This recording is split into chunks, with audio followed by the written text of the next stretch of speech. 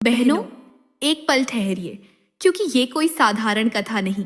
ये है सावन के महीने की वो संपूर्ण कथा जिसे अगर आपने पूरे भाव से, पूरी श्रद्धा से सुन लिया तो हो सकता है इस सावन शिव जी की तीसरी आंख भी आपकी ओर प्रेम से खुल जाए और माँ पार्वती की ममता आपकी हर मन्नत को पूर्ण कर दे।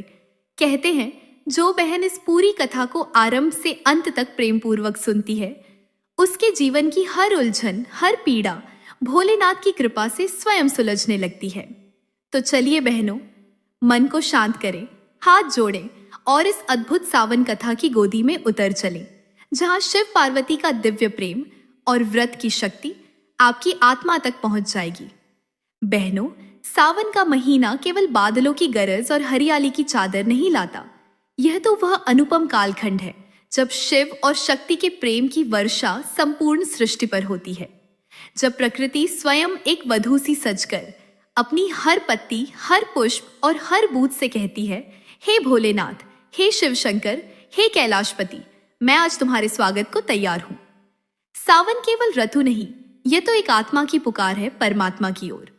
और इस पुकार में सबसे पहले जो आवाज उठती है वह होती है माँ पार्वती की, उस प्रथम देवी की जिन्होंने अपने संपूर्ण अस्तित्व को शिव में विलीन करने के लिए न केवल जन्मों तक प्रतीक्षा की, बल्कि इस सावन जैसे अनगिनत ऋतुओं में अग्नि, वर्षा, वायु, भूख और व्रत सबका तप स्वीकार किया।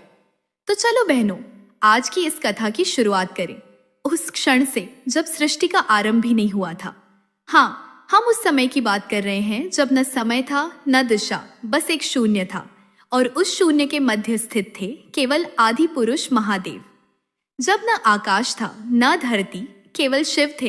कहते हैं ब्रह्मा, विष्णु और महेश ये त्रिदेव सृष्टि के संचालन के लिए उत्तरदायी हैं। परंतु इन त्रिदेवों से भी पूर्व जब कुछ भी नहीं था, तब केवल एक चेतना थी, शिव। वे न स्त्री थे न पुरुष, वे न आदि थे न अंत।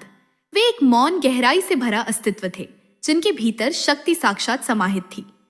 शिव उस ध्यान का नाम है जहां प्रेम, त्याग और तपस्या एक साथ सांस लेते हैं, और शक्ति अर्थात पार्वती वह ऊर्जा है जो इस ध्यान को अर्थ देती है। जब परम शिव ने सृष्टि की रचना का संकल्प लिया, तब उन्होंने अपने भीतर समाहित शक्ति को प्रकट किया। उसी क्षण शक्ति ने सती रूप में जन्म लिया। सती जो स्वयं अविनाशी, अचल और अनन्य प्रेम की मूर्ति थी। उन्होंने अपनी तपस्या और भक्ति से शिव को प्राप्त करने का संकल्प लिया, परंतु प्रारंभ में सृष्टि ने उन्हें समझा नहीं। दक्ष प्रजापति, सती के पिता,